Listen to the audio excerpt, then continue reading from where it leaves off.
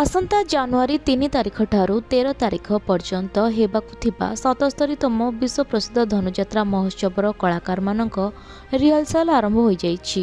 सबु वर्ष भली चलित वर्ष मध्य धनुयात्रा कलाकार मानक अभ्यास आरंभ होइछि।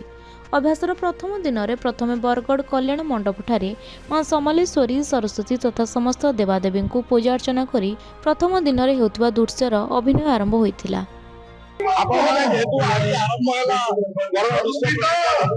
आखड़ा कलाकार मानकर जो जोश अभिनय कर देखी पारे विगत यात्रा निश्चित भाव समस्त को अनुरोध जनवरी 3 रु जनवरी 13 पर्यंत धनुयात्रा आसतु देखु उपभोग करंतु एवं कलाकार परिश्रम जो गाली प्रशंसार अभिनय कर मथुरा महाराजा उग्रेसन राज्य में प्रजा सुख दुखरे सामिल होई राजत्व कन्या देवकी विवाह पाई वसुदेव को स्थिर कर विवाह पर युवराज कंस आगमन होइछि। बाबा उग्रेसन भौणी देवकी विवाह कंस न थाई काहेकि करागला बोली अशांत रहिबा, देवकी विदाय समय शून्यवाणी देवकी अष्टम संतान जे कंसर मृत्यु पाई दायी।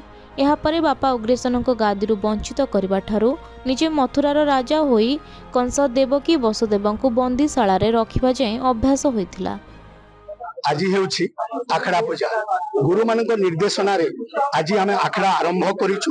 मु देखिली बहुत सुंदर अभिनय करुछंती मो सहकलाकार माने एवं समस्त आम मिलमिशी 77तम विश्व प्रसिद्ध बरगढ़ धनुयात्रा को निश्चय दर्शक देवता मानू आम खुशी करि पारिबु बोली हमर आशा तथा विश्वास। तेबे अतिरिक्त जिलापाल संपादक निर्देशक तथा कलाकार माने एकत्रित होई विश्व प्रसिद्ध धनुयात्रार मान किपरि उच्च कोटीर हेबो से नै चेष्टा करुछंती।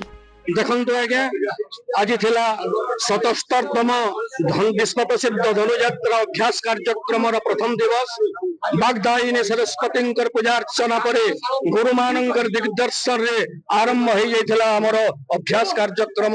धनुयात्रार 77तम धनुयात्रा आखड़ा प्रथम दिन आखड़ा आरंभ हो जाइए।